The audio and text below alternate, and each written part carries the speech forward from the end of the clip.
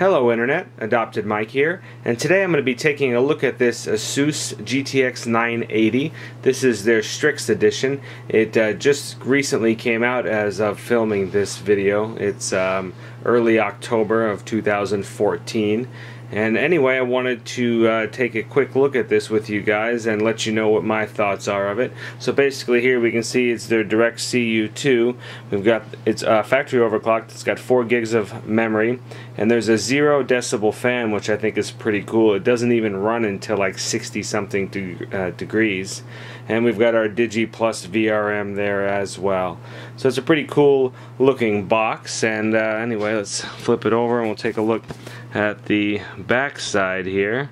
We can see a look at the card there, and there's their Direct CU2 and 0 decibel fan that they're talking about, 30% cooler. We've got our Digi VRM and Super Alloy Power there, and then their GPU tweak software for overclocking further. So anyway, let's take a look at what is included in the box. So inside the box we get another box, and we'll pop that open, and inside here we've got this must be some accessories here. Okay, we've got the speed setup guide. We've got a dual 6-pin to single 8-pin power connector. We've got the software with it. This would be handy to get the overclocking software, but you definitely would want to download the newest drivers off the Nvidia site, especially that this is a newer graphics card. We've got some stickers so we can customize the card to whatever color scheme we want to go with, and it shows here where they go. And now let's see what else is included. So then underneath here we've got some foam anyway, and then we've got the GPU. Wow, that's quite a bit heavier than I was expecting. Let me go ahead and get this out of the plastic wrap, or the anti-static wrap. So taking the card out of the bag, I got to get a better look at it, and I tell you what, this is a really nice looking card. I really like the design of it. We've got this metal shroud. It's very stiff, so it makes it feel not cheap. Definitely for a $600 graphics card you would hope it wouldn't feel cheap anyway, but like a plastic shroud, this thing, I mean, kicks the shit out of a plastic shroud. I really like it. Other than maybe these little eyeball things, I think they're going for like in the owl back there on the front of the box.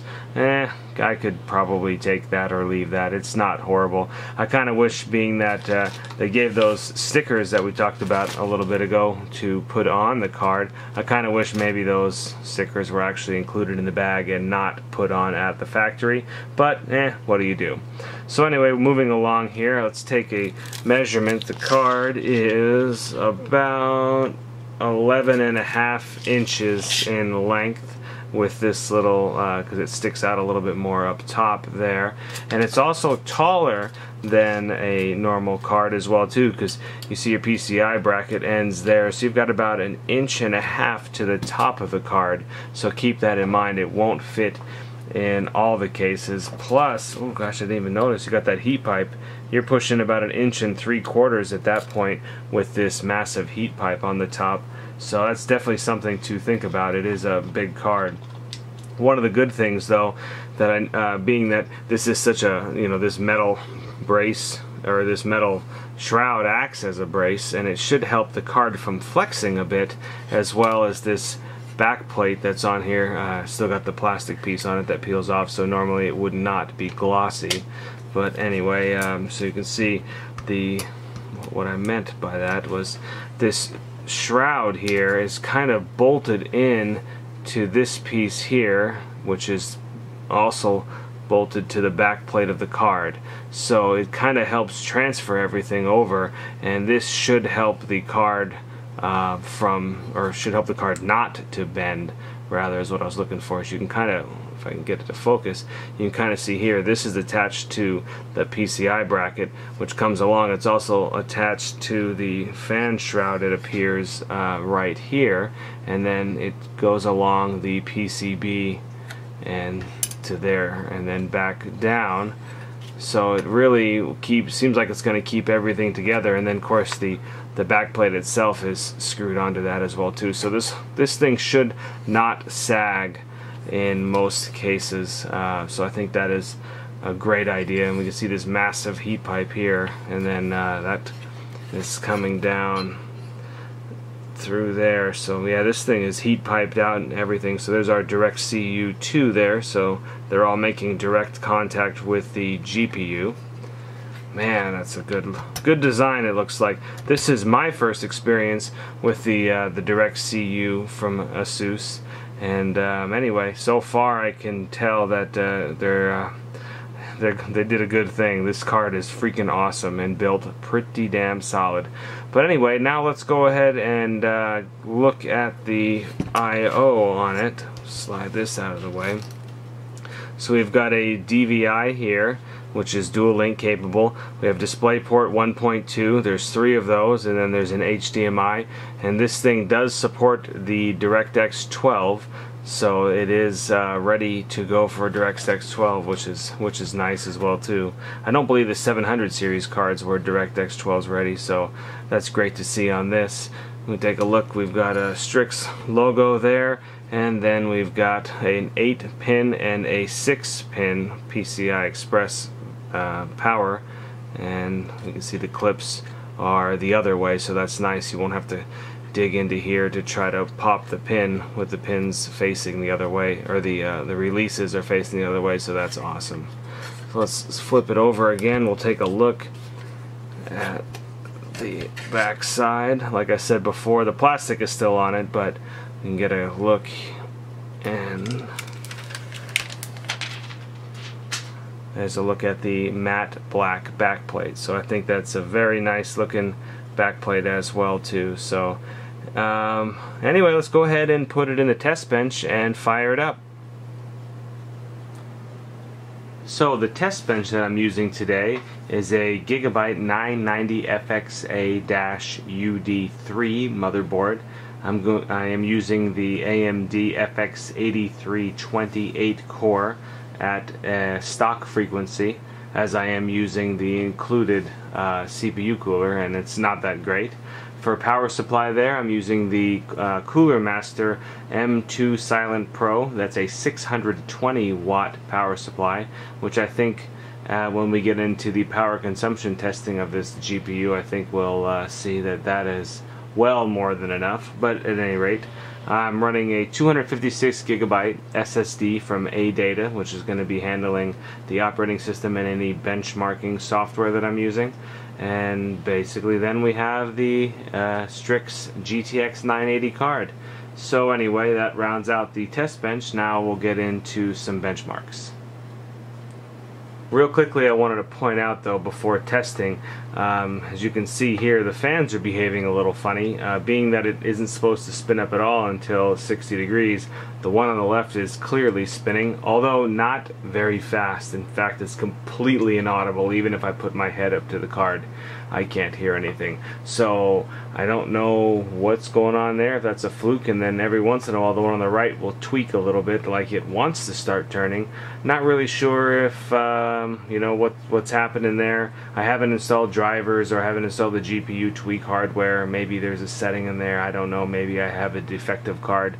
I guess we'll find out when we get into testing. I just wanted to point that out. A little abnormal. I suppose the fans could be independently controlled perhaps, and maybe I don't have a problem. Maybe I'm just kind of freaking out a little bit in the beginning. But anyway, just wanted to point that out in case anybody else sees some similar type things. And now we'll go ahead and get on with the testing. So after I installed the GPU tweak software there, I was able to get the fans to not be so quirky, and I basically did this by just giving it a fan profile that doesn't allow them to shut off. So I've got it running at a minimum of 35% all the time, which definitely obviously cleared it up, but I really don't need them to be completely silent anyway. The other fans in the system are going to far outdo the fans on the GPU at 35%. So anyway, you can see my settings there. I have not messed with anything, so right out of the box it's 1279 megahertz, and 7,000 megahertz on the memory. All I've done was move the power target to 125%, which automatically has brought the GPU temp target to 91. So I'm not going to really mess with anything else here. I'm just going to go ahead and start doing benchmarks as it sits. I'm sure the boost clock is going to take it up at any rate above 1279 for sure. So I've had people or I've seen people get different results on that boost clock, so we'll see what this card boosts to. And then, like I said, I'm not going to mess with the voltage either. We'll just see what this thing basically can do with just moving the power target up. So in the Valley benchmark, here is the settings that I'm using. I've basically gone and maxed everything out at 1080p full screen. So we'll go ahead and run that and we'll see what kind of results we get from Valley. So with those settings, you can see here that the GPU is running at 1443 megahertz. No offset, no boost, clock offset, anything. Just moving the sliders for the power limit. So that is incredible, and we're currently, you know, hitting about 60 degrees Celsius, so the fans are ramping up a little bit as I've, you know, shown the adjusted fan profile that I'm going for, and we're getting in this 60 plus frames per second on this completely maxed out. And currently I am seeing about 340 watts coming through the wall. So that's a really good indication of how well this graphics card performs, and very low power. I'm kind of surprised to only see 340 something watts. So that is Valley, and now let's take a look at the real reason that I bought this card. So here's the reason for me purchasing the GTX 980, is I wanted to play this game in all of its glory and maximize everything out of it. So as you can see here, I've got all of these settings turned up as high as they'll go, and I've downloaded the HD texture pack from Steam as well too, and I'm going to be running this at 1080p. So like I said, I wanted to dial everything up, so I'm going to go ahead and run the benchmark and I'll see how well the card does. So far this looks pretty impressive to me. I feel very confident we're keeping above that 60 frames per second. We've got that dip there down to 12, but that could be, you know, during the loading, and 175 is obviously not right either, but I feel really confident about where we're going to end up. And there's the results. So I really think that that's great, a 96 average. So I would say that this card completely can handle Shadow of Mordor at the highest of settings. So I'm pretty happy about that, because my GTX 680 that I'm coming from could not do it very well at those high settings. So I'm definitely pretty happy with that. So let's get on to the conclusion. Okay, so to wrap it all up, if you've got a GTX 680 or lower, this card is definitely a worthwhile upgrade. If you're already in the 700 series like the 780 or 780 Ti, it's definitely not as much of a value to upgrade to this card, especially since it kind of trades shots right now with the 780 Ti. This card is much more power efficient than the 780 Ti, but it's probably just not worth the upgrade. Currently, I spent $580 on this card, and it just kicks the crap out of my 680. So for me, it was a no-brainer. I wanted to have the next best thing, and I've got it. Another thing to think about too over the 700 series is the 900 series has got support for some of the newer programming technologies, and like DirectX 12 as well too. Some of that stuff isn't quite utilized yet, and it will be down the road, but at least this one is a little more future-proof than the 780 Ti. So definitely would recommend this card over the 780 Ti, even though that card has come down in price after the release of this one. It almost dropped in half. I'm certainly glad I didn't buy a 780 Ti or a 780 like a month ago, because I'd be pretty pissed off right now with how quickly those prices have dropped. but that is to be expected when a newer card comes out.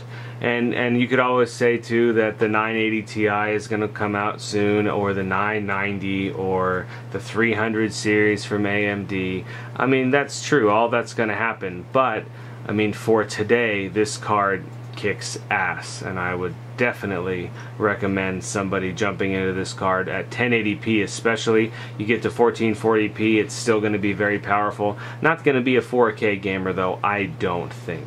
I've seen some benchmarks online, doesn't seem to do super well. In SLI it starts to be able to pick up on 4K, but I think we're still a ways off from high detail levels at 4K. Medium and such like that, you could probably do just fine, but I'm not a 4K gamer myself personally, so one of these cards at 1080p or 1440p is going to be more than enough for today and a little bit down the road, but we can always add a second one in the future as well when that need should arise.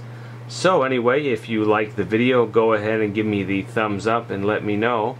If you have any questions or comments, please leave them in the comment section below.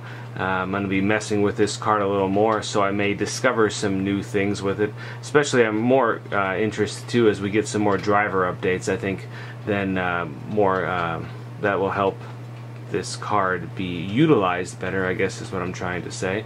So I'm looking forward to that as well too. Yeah, so anyway, as always, thank you for watching.